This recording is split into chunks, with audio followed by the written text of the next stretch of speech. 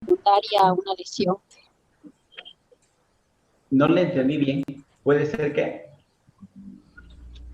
En la causa de la anemia perniciosa que dijimos que es autoinmunitaria, ¿es genética o puede ser secundaria a una lesión a nivel gástrico?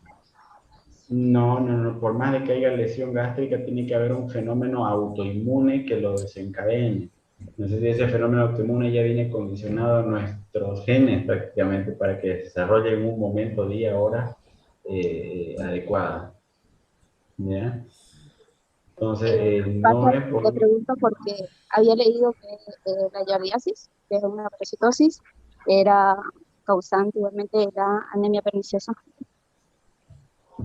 Escúchame, sale... ¿Qué me dijo lo último?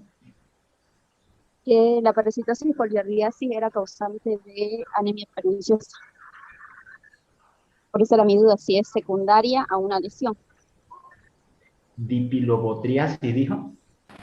No, la Yardiasis. giardia. La giardiasis produce una lesión y puede producir la anemia, dice. No, lo que pasa son dos cosas diferentes. Una cosa es la anemia perniciosa. La anemia perniciosa es autoinmune la causa, no es parasitaria. Anemia perniciosa no es causa parasitaria, es causa autoinmune. ¿Ya?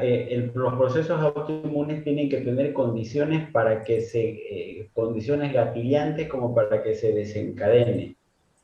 ¿Listo? Condiciones gatillantes para que se desencadene. Entonces, no significa de que el hecho de que haya parásito va a ser el gatillante para que se desencadene el proceso inflamatorio y destructivo de las células parietales y no produciendo el factor intrínseco. Ya venimos programados, en realidad, las personas que tienen procesos autoinmunes en unos u otros lugares que pueden coexistir, dos, tres procesos autoinmunes pueden coexistir, ya vienen definidas como para en un determinado momento desarrollar la enfermedad. Pero no es que los procesos parasitarios van a producir anemia perniciosa. Eso Gracias. que quede claro. Entonces, en relación a todas las anemias que causan hipoxemia, ¿ya? Cualquier anemia que cause hipoxemia se convierte en un estímulo renal para la producción de eritropoyetina en el riñón, y esta eritropoyetina lo que va a hacer es en la médula ósea estimular la eritropoyesis. Por lo tanto, ¿no es cierto? Cuando yo tengo hipoxia, mi mecanismo inmediato de compensación, que yo lo voy a ver, ¿ya? Es el aumento en la cantidad de reticulocitos. ¿Listo? En cualquier proceso en el que se pierda sangre, por ejemplo, o hay anemias hemolíticas, ¿ya? Y me condicione una situación de hipoxia, rápidamente lo primero que voy a ver va a ser una reticulocitosis. De ahí de que las dos principales causas de reticulocitosis son las pérdidas agudas de sangre y las anemias hemolíticas.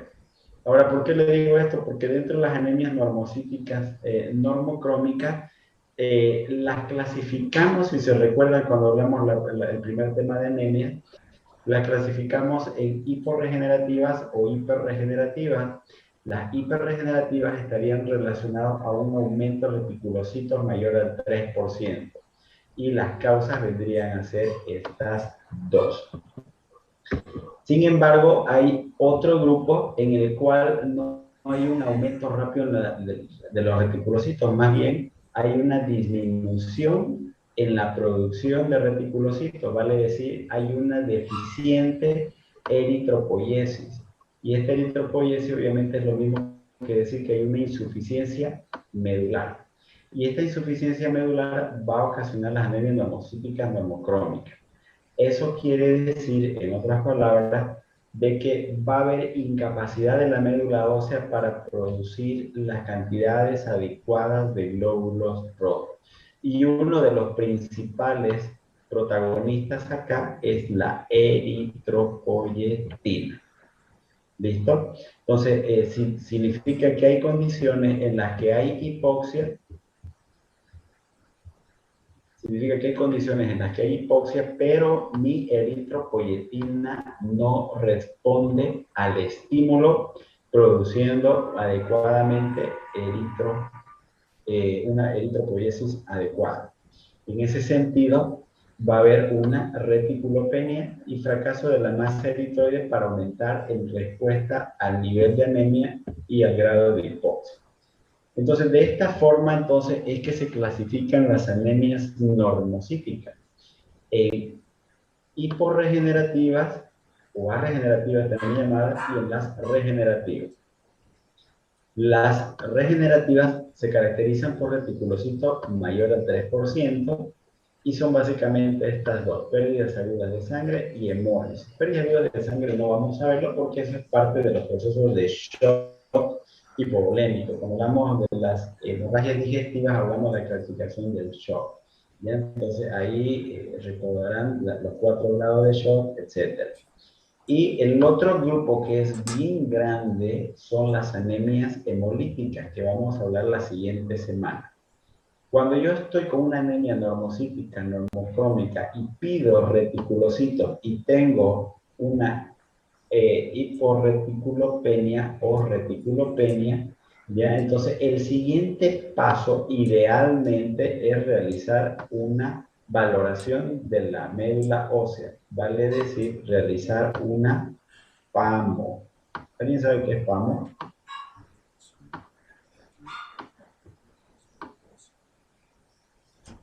¿Qué es PAMO? Punción aspirativa de la médula ósea. Eso significa PAMO. Entonces, yo puedo tener dos tipos de resultados. Uno en el que mi médula ósea sea normal. Uno en el que mi médula ósea sea normal. ¿Ya? Y otro en el que mi médula ósea realmente esté totalmente afectada. Cuando está afectada puede ser por aplasia medular, mielodisplasia, mieloptisis. Cuando está mi médula ósea normal, entonces es aquí, en este grupo, donde entran las anemias de las enfermedades crónicas. ¿Listo? Y es de lo que vamos a hablar hoy día, de las anemias de las enfermedades crónicas, que en realidad vendría, a ese término se lo utilizaba hace muchos años. Ahora el correcto término a utilizar es las anemias de los procesos inflamatorios. ¿Por qué? Porque no necesariamente tiene que ser un proceso crónico para que me lleve a una anemia. ¿Ya? También un proceso inflamatorio agudo o subagudo también me puede llevar a una anemia. Depende mucho de la intensidad de la inflamación. ¿Ok? Entonces, y de eso es lo que vamos a hablar hoy día. Tomar en cuenta también de que la anemia de las enfermedades inflamatorias es la segunda causa de anemia a nivel mundial y es la primera causa de anemia en los pacientes hospitalizados. ¿Escucharon bien? Primera causa de anemia en pacientes hospitalizados y segunda causa de anemia a nivel mundial después de la anemia ferropénica. Entonces, ¿qué le llama la atención entre estos dos glóbulos rojos?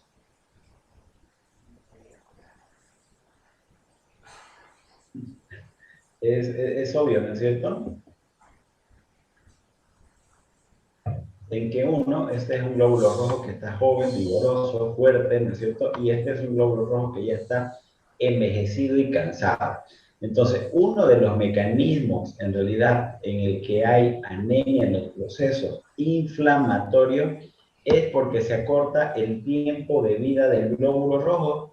De 120 días se envejece rápidamente y en promedio se ha visto que ya solamente vive 64 días. Entonces, este es uno de los mecanismos que más se ha estado viendo. En segundo lugar, es lo que tienen que saber, que ya lo hablamos y que está muy relacionado también esto al tema del COVID. En cualquier proceso inflamatorio, agudo, subagudo, crónico, vale decir infecciones, autoinmunidad, cáncer, se va a liberar una serie de células proinflamatorias, interleucinas, etcétera. Está la interleucina 1, la 1 beta, la 2, la 6, la 7, la 10, el factor de necrosis tumoral, interferones, etcétera.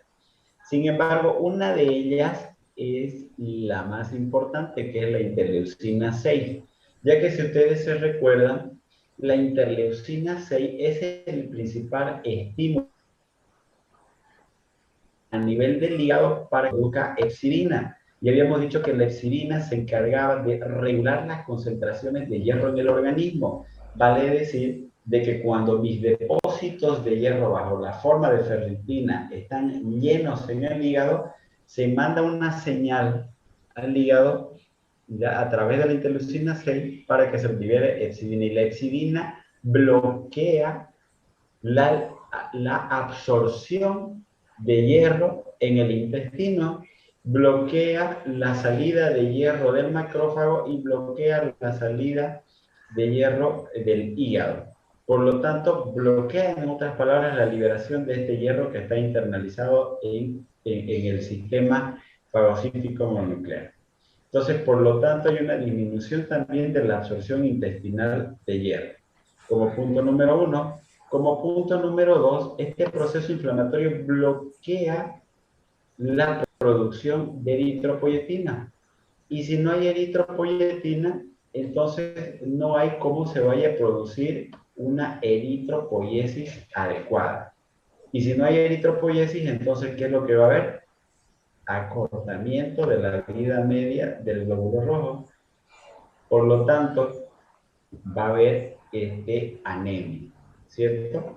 En tercer lugar, va a haber una inhibición de la proliferación eritroide, como acabo de decir, y un aumento de la hemofagocitosis. Y al haber una hemofagocitosis, va a haber una disminución también del hierro y de la transferrina.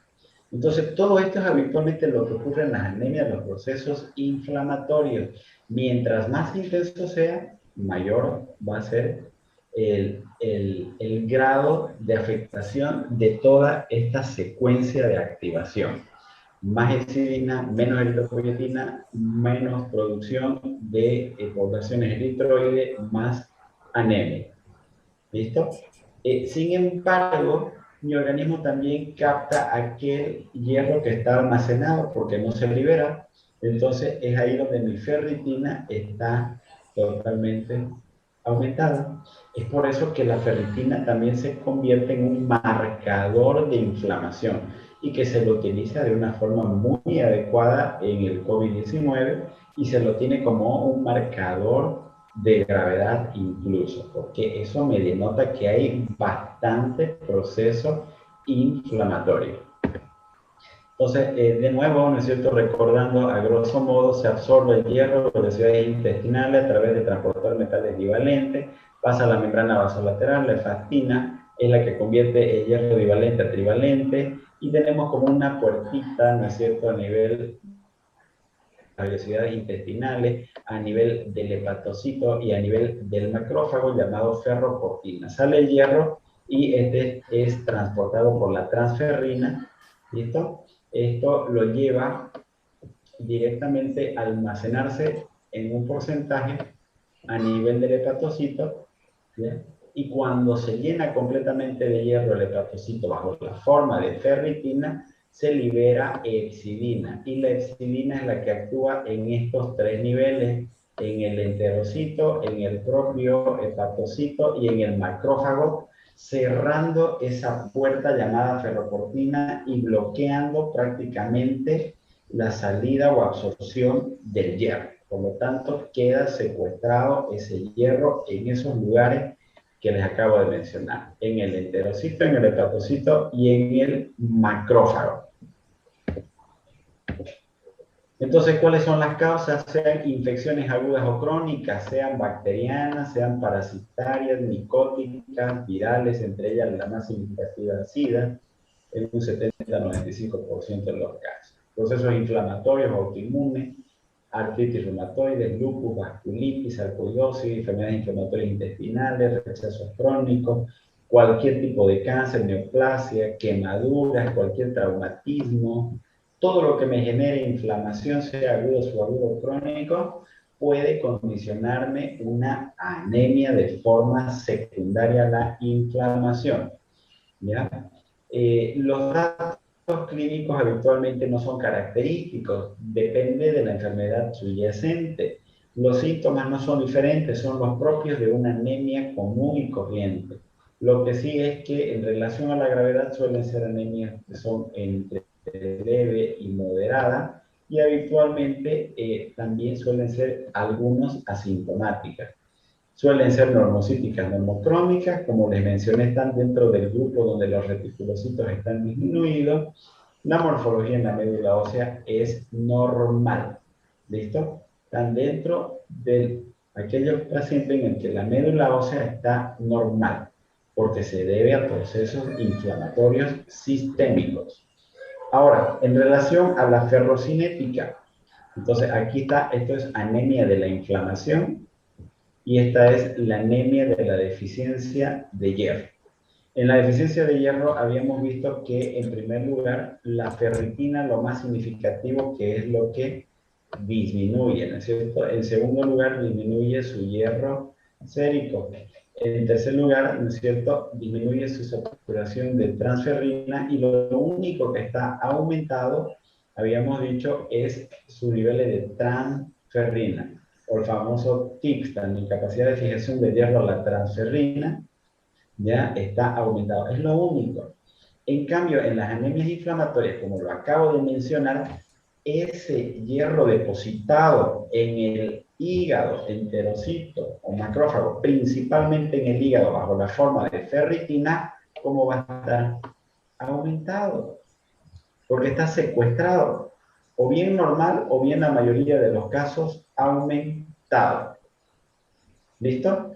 Los niveles de transferrina están reducidos porque está la señal dada de que mis depósitos están llenos y no hay para qué vayan a circular más cantidad.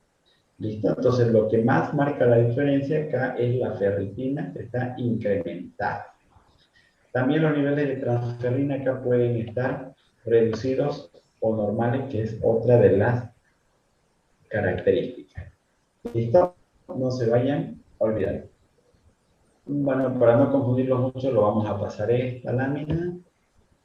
Ahora, en relación a los mecanismos implicados en las anemias normocíticas normocrónicas, puede haber el mecanismo de hipoproliferación, estamos hablando de las enfermedades crónicas, ya no estamos hablando en relación al recuento reticulocito, al mecanismo por el cual hay anemia normocítica normocrónica, ¿ya?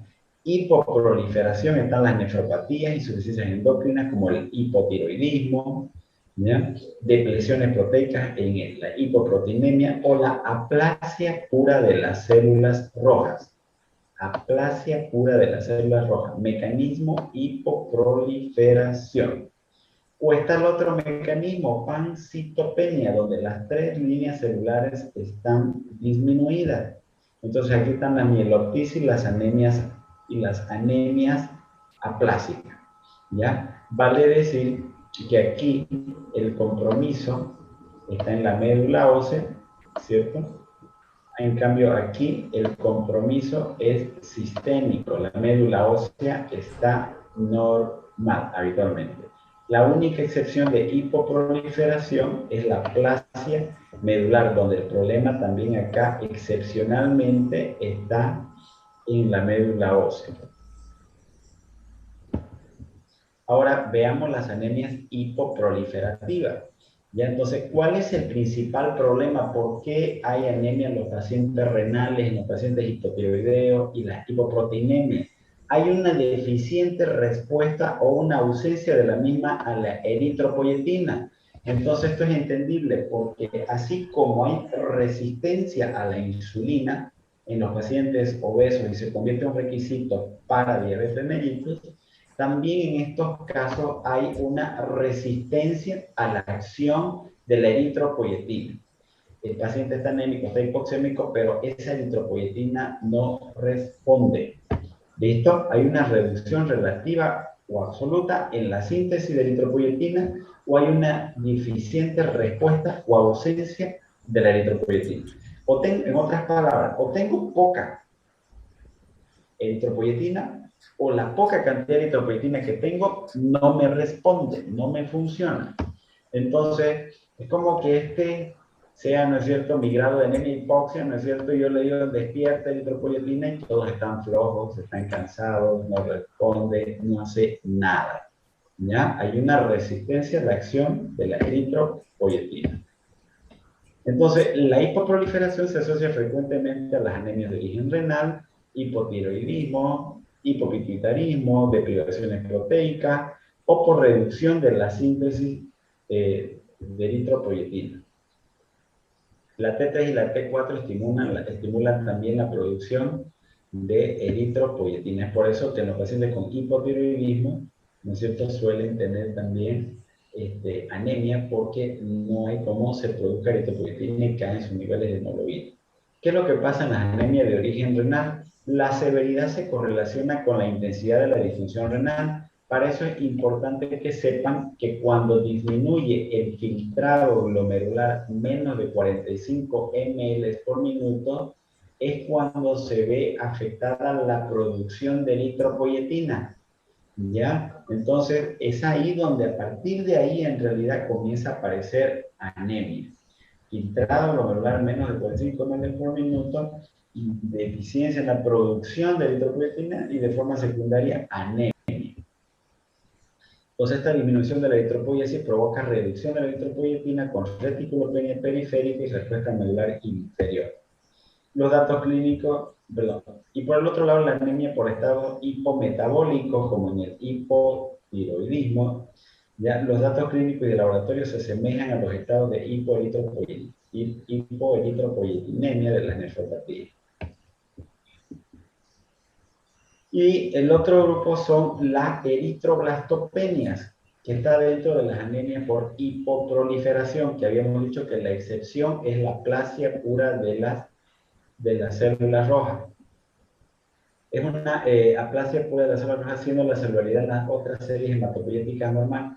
Es la única situación donde la eritropoyetina está elevada para tratar de compensar el déficit del eritroide, pero el principal problema acá en relación a las otras, o sea, hay anemias por mecanismo hipoproliferación donde la eritropoyetina habíamos dicho que está baja, ausente y hay resistencia a la acción de la eritropoyetina. La única excepción es la aplasia pura de células rojas, que es una eritroblastopenia en la cual la eritropoyetina está elevada, es la única situación. Ya, entonces, en este caso, vendría a ser la anemia de Blackfan-Diamond, que es una causa congénita de aplasia pura de células rojas, la única excepción en la cual la eritropoyetina está elevada. La mayoría son adquiridas, idiopáticas secundarias, timomas, 30-50%, otras con enteropatías, etc. En relación a esta anemia de Blackfan-Diamond, que es una aplasia pura de la serie roja, es una disminución de los precursores eritroides con aumento de la eritropoyetina. Aquí el problema principal es de que hay una muerte celular programada. ¿Ya? Entonces, como es una causa congénita, entonces ya está programado mi organismo para que se destruyan de forma acelerada y precoz mis glóbulos rojos. Y de forma secundaria, ante ese déficit, mi eritropoyetina comienza a aumentar tratando de compensar esa destrucción aumentada medular de la serie roja, anemia de Blackfan-Diamond. Es posible que intervengan también algunos mecanismos autoinmunes. Se manifiesta antes de los 18 meses de vida y al igual que la anemia de Fanconi se asocia a alteraciones cromosómicas y trastornos físicos. Esta imagen ha rondado por las redes sociales hace mucho tiempo. Ya inclusive lo han utilizado con otros fines, pero en realidad es el ejemplo característico de una persona adulta de 34 años de edad con anemia de Blackfan-Diamond, ¿ya? Donde tiene una talla corta, ¿ya? Hay una disminución o hay un retraso psicomotor, donde hay brazos cortos, donde puede haber microcefalia y alteraciones orgánicas como riñón en herradura. Y por otra parte, esa es la causa congénita. Y dentro de las causas adquiridas, que están en un 30-50% de las aplasias puras de la serie roja, causa congénita, anemia de Black-Van-Diamond, causas adquiridas de 30-50%, entre ellas ahí están el timomo, ¿ya? Entonces, se cree que es por un mecanismo autoinmune. Las opciones de tratamiento en estos casos, timectomía, corticoides o inmunosupresores. Luego está el otro grupo en el cual hay anemias aplásicas, ¿ya? Que es el mecanismo pancitopenia. En una por hipoproliferación y el otro es el mecanismo por pancitopenia. En el mecanismo por pancitopenia está la anemia plástica, está la mieloptisis, la mielodisplasia. El problema está en la médula ósea. Y entonces el término anemia plástica suele indicar una panhipoplasia, en otras palabras, una pancitopenia, disminución de las 3 líneas celulares en la médula ósea. Eso significa que se acompañan de leucopenia con trombocitopenias asociadas. 50% de los casos de anemia aplásica verdadera son idiopáticas y ocurren más a menudo en adolescentes y adultos jóvenes. Ahora, dentro de la clasificación de las anemias normocíticas, normocrómicas, por mecanismo de pancitopenia, hay causas congénitas y hay causas adquiridas.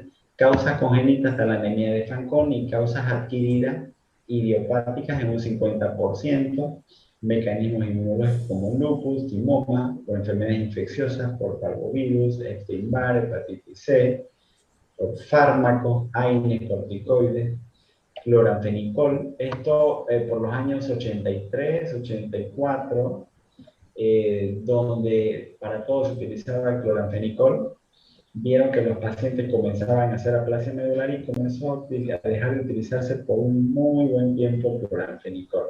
Luego agarró y se hicieron demasiados estudios y se vio que solamente en el 0.3 a 0.5% de los casos el cloranfenicol desencadenaba aplasia medular.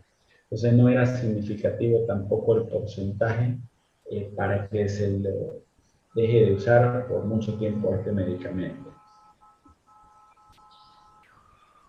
Por factores tóxicos ambientales, también benzol, gomas, pinturas, causas metabólicas, pancreatitis, embarazos, etc. La anemia de Fanconi, vendría a ser una anemia, un tipo de anemia normocítica, normocrónica, por mecanismo de pancitopenia de causa congénita. ¿Listo? Esa es la definición.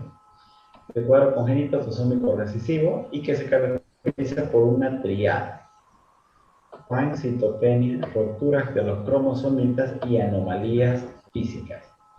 60% de los casos hay malformaciones de los huesos del carpo con un pulgar hipoplásico y de los brazos, microcefalia, estrabismo, anomalías renales con hiperpigmentación cutánea. Este era el típico ejemplo, ¿no es cierto?, con hipoplasia de las manos, con microcefalia, miren acá su estrabismo, convergente, etc. La clínica de la aplasia medular obviamente está relacionada a la disminución de la serie roja, blanca y plaquetaria. Disminución de la serie roja como parte de un síndrome anémico, disminución de la serie blanca como parte de un síndrome infeccioso que puede ser por gérmenes atípicos o típicos. A veces es difícil identificar el foco. Puede que no haya condensación en una neumonía porque no hay leucocitos para ello, o como un síndrome hemorrágico como parte de la disminución de la serie plaquetaria, donde puede haber grados que van desde petequias hasta sangrados de cavidades masivos, como hemorragia cerebral. El diagnóstico se basa en realizar una biopsia de la médula ósea, ya que esta prueba permite el diagnóstico diferencial de la pancitopenia, y el tratamiento lo ideal es suprimir la causa, siempre que se pueda, ya que como hemos visto, el 50% de los casos son idiopáticos. Se realiza en la mayoría de los casos soporte hematológico, vale decir corregir la anemia, tratar los procesos de infecciones, transfusión de plaqueta en caso que haya sangrado, y si el paciente va a ser sometido a un trasplante alogénico de progenitores hematopoyéticos, debe transfundirse lo menos posible, o de transfundirse tiene que utilizarse paquetes globulares desleucocitados para evitar sensibilizaciones. En el caso de infección, no esperaremos inicialmente el resultado hemocultivo. Se administra antibióticos endovenosos de amplio espectro que cubra germen gram positivos y gram negativos. Si continúa el proceso febril, entonces se agrega inclusive antifúngico. ¿Ya? Tratamiento específico: si la aplasia es grave, el tratamiento de elección son los trasplantes de médula ósea, ¿ya? Siempre que el paciente tenga menos de 40 años y un donante hipocompatible. Ya esa es toda otra historia que no lo vamos a tocar acá, ¿ya? Otras opciones de tratamiento que se utilizan con factores de crecimiento inmunomoduladores son con globulina antipinocítica, con ciclosporinada y corticoides, todo con la afán de disminuir la respuesta inflamatoria y suprimir la no producción de la serie roja, blanca y plaquetal. Lo que quiero más bien es inducir a que se realice la hematopoiesis de forma correcta.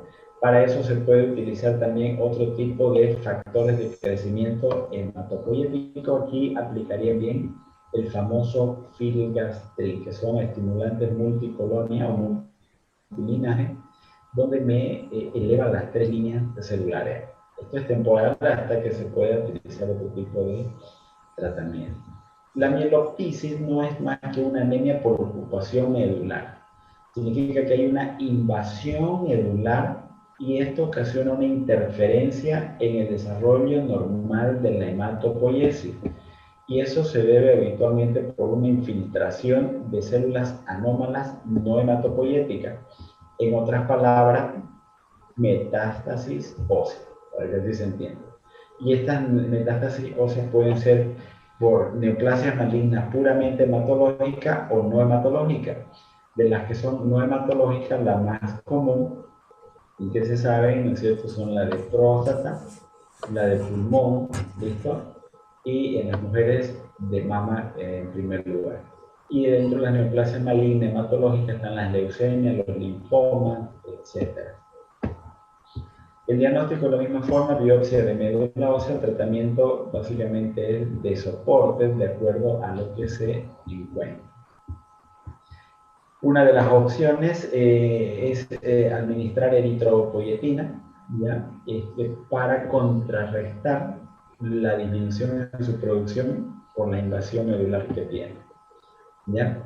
En otras palabras, si se da en cuenta, en la mayoría de estos procesos inflamatorios, el tratamiento de elección es la administración de eritropoyetina, sobre todo en los estados de hipoproliferación, donde hay una disminución en la cantidad de eritropoyetina o hay una resistencia a la acción de la eritropoyetina endógena, significa la del propio organismo. Para eso tengo que administrar eritropoyetina exógena.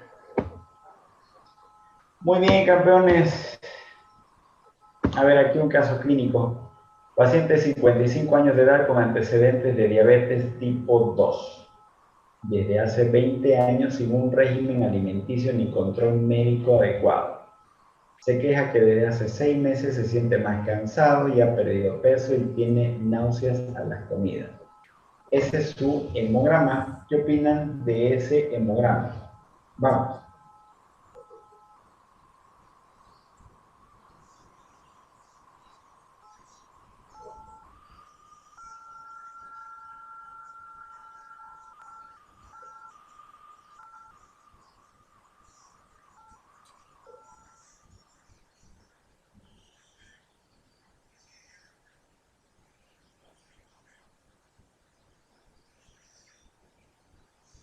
¿Qué opinan de ese hemograma?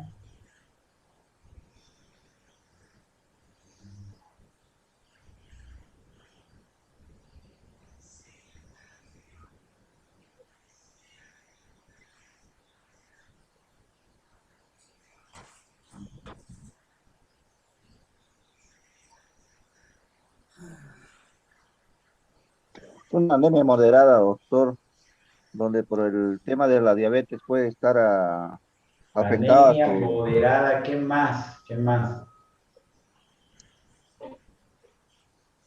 está la creatinina aumentada. No, interprete bien el hemograma. Una anemia,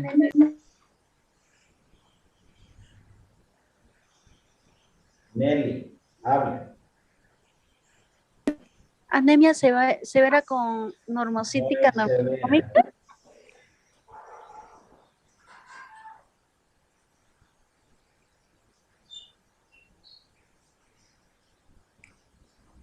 ¿Qué anemia es? Normocítica normocrómica. Es una anemia. A ver, vamos. Normocítica normocrómica. Ya. Anemia moderada, normocítica, normocrómica con aumento de los azuaros. Listo. ¿Cuál será la causa de la anemia acá? eh, una nefropatía diabética. ¿Por qué?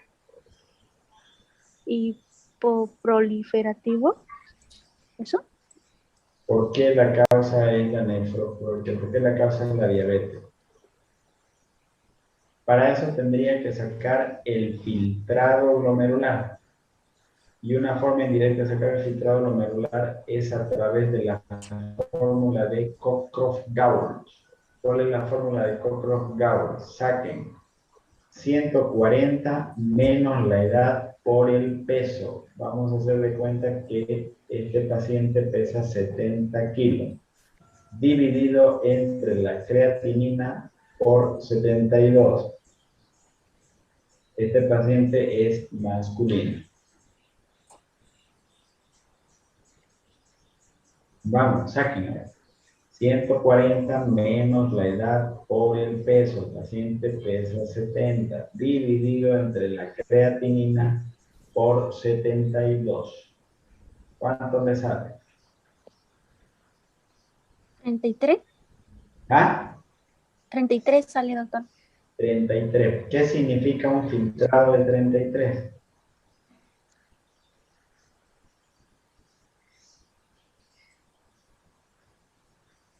Significa que menos de 45 ml por minuto se interrumpe la producción de eritropoyetina. Por lo tanto, comienza a aparecer anemia, lo que significa de que en este caso estaría justificado de que la causa de la anemia en este paciente es por su diabetes con afectación renal, nefropatía diabética con anemia secundaria, así se llama. De esa forma es lo que tienen que justificar y sustentar. A ver, paciente mujer de 33 años de edad con peso de 95 kilos y una talla de 1,65. Antecedente de ser diabética desde hace 5 años. Desde hace 2 meses presenta decaimiento físico, exagerada sensibilidad al frío, caída del cabello y trastorno menstrual. Los estudios reportan hemoglobina de 10, plaquetas blancos ahí normales, la orina sin particularidad, glicemia 180, urea 25, creatinina 1.2. Es una anemia leve, normocítica, normocrómica. ¿Ok? ¿Cuál es la probable causa de la anemia en este caso? El hipotiroidismo. Tiene caída del cabello. Muy bien, excelente. Tiene datos de un hipotiroidismo, ¿no es cierto? A pesar de que es diabética con 5 años, todavía no tendría que haber ese grado de afectación renal en el que me involucre una disminución significativa del filtrado glomerular. Lo que significa que lo más probable en este caso es que sí sea secundario a un hipotiroidismo.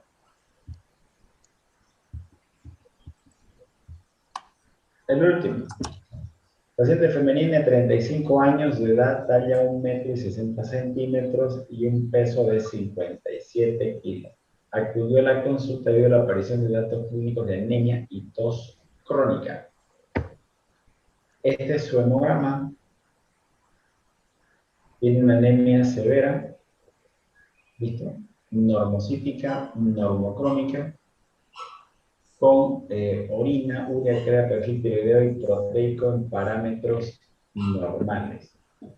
Los estudios de imagen mostraron un tumor grande en el lado derecho del hemitórax dependiente del mediastín, de borde debidamente definido y de apariencia sólida. El aspirado de médula ósea reveló aplasia pura de la serie roja.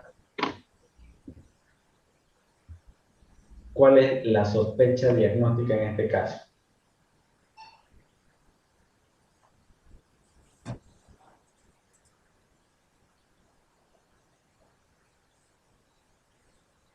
Sospecha diagnóstica.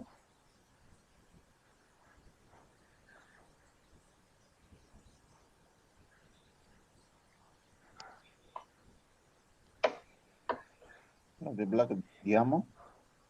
¿Ah? Una anemia de Black Diamond. ¿Qué? Una anemia de Black Diamond, doctor.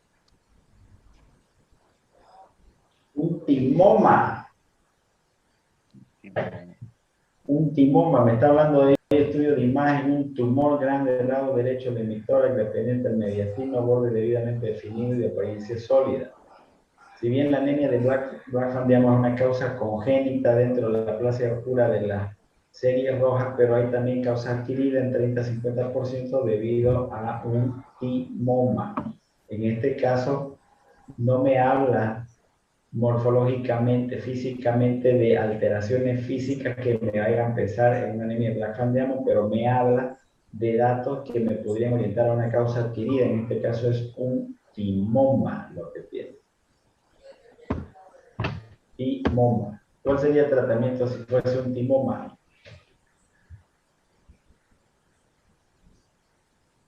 Extracción quirúrgica. Opción. Timectomía. Segunda opción.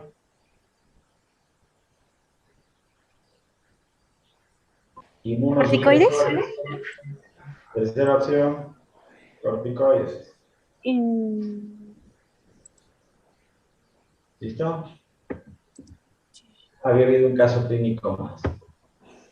Paciente de 45 años de edad, cuadro clínico de anemia con antecedente de consumo de cloranfenicol 10 días con cuadro de fiebre tifoidea hace 3 meses. Hay una anemia moderada, normocítica, normocrómica, asociada a leucopenia y una plaquetopenia severa. En conjunto, una pancitopenia normocítica, normocrómica. Y la función aspirativa permite fácilmente obtener médula ósea y el mielograma informa como conclusión médula ósea hipocelular con todas las líneas hipocelulares. Cuando vean esto que dice médula ósea hipocelular con todas las líneas hipocelulares, significa que serie roja, blanca y plaquetaria están disminuidas. ¿Ya? Entonces ahí me está hablando de una anemia aplásica. Anemia aplásica, el problema en la médula ósea directamente. El mecanismo, ¿cuál es? Pancitopenia, que es anemia normocítica, normocrómica. Mecanismo pancitopenia, causa anemia aplásica. ¿Y cuál es la causa de la anemia aplásica en este caso? Uso de cloranfenicol. Cloranfenicol. Listo. Muy bien, jóvenes. Así de sencillo han sido estos dos temas. Sé que quizás pueda sonar un poquito complejo. Les pido, por favor, vuelvan a repasar. La siguiente semana vamos a hablar de anemias hemolíticas y con eso terminamos lo que es serie roja. Luego entramos a serie blanca. ¿Ya? Y ahí vamos a demorarnos un poco más. ¿Alguna pregunta? Sí, doctor, quería consultarle referente a los procesos inflamatorios. Cuando usted indica de que, bueno, hay la liberación de la epsidina, por lo tanto no hay absorción de hierro. En este tipo de pacientes que cursan con esta anemia de proceso inflamatorio, doctor, el tratamiento oral sería un fracaso. Exactamente, exactamente. El tratamiento por eso se basa en estos casos de la inflamación. Ya cuando hay anemia, se trata de dar eritropoyetina exógena. Y si mi hierro sérico está muy disminuido, entonces puedo dar también hierro sérico, ¿ya? Pero hierro sacarosa o sacarato, ¿ya? De forma parenteral junto con eritropoyetina. Esas serían las alternativas. Entonces, es por eso también de que miren acá la importancia. Si ven una anemia y el paciente tiene un cáncer y no hay pérdidas evidentes de sangre con ferritina normal o aumentada, entonces yo le doy sales de hierro y no va a hacer absolutamente nada porque a nivel intestinal está bloqueada por la epsidina su absorción. No va a absorber, sino va a resolver la anemia y todo el tiempo van a seguir gastando plata queriendo darle y resolver la anemia con sales de hierro. En estos casos es eritropoyetina y eventualmente puede utilizarse hierro parenteral hasta que se controle el proceso inflamatorio. Gracias, doctor. De nada, Edgar.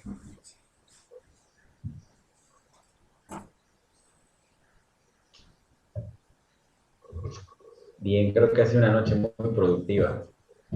Espero que hayan podido entender la mayoría de lo que se ha hablado. Vuelvo a decirle, el mundo de las anemias es bastante amplio, como se están dando cuenta. No es tan sencillo como para decir, ah, no, te está disminuida su hemoglobina, tome hierro. Y para todo, hierro, y ahí murió. El tratamiento varía de acuerdo a la condición, a la situación. Y estudiar en base a un enfoque, una anemia, es un reto que ustedes deberían proponerse en cada paciente.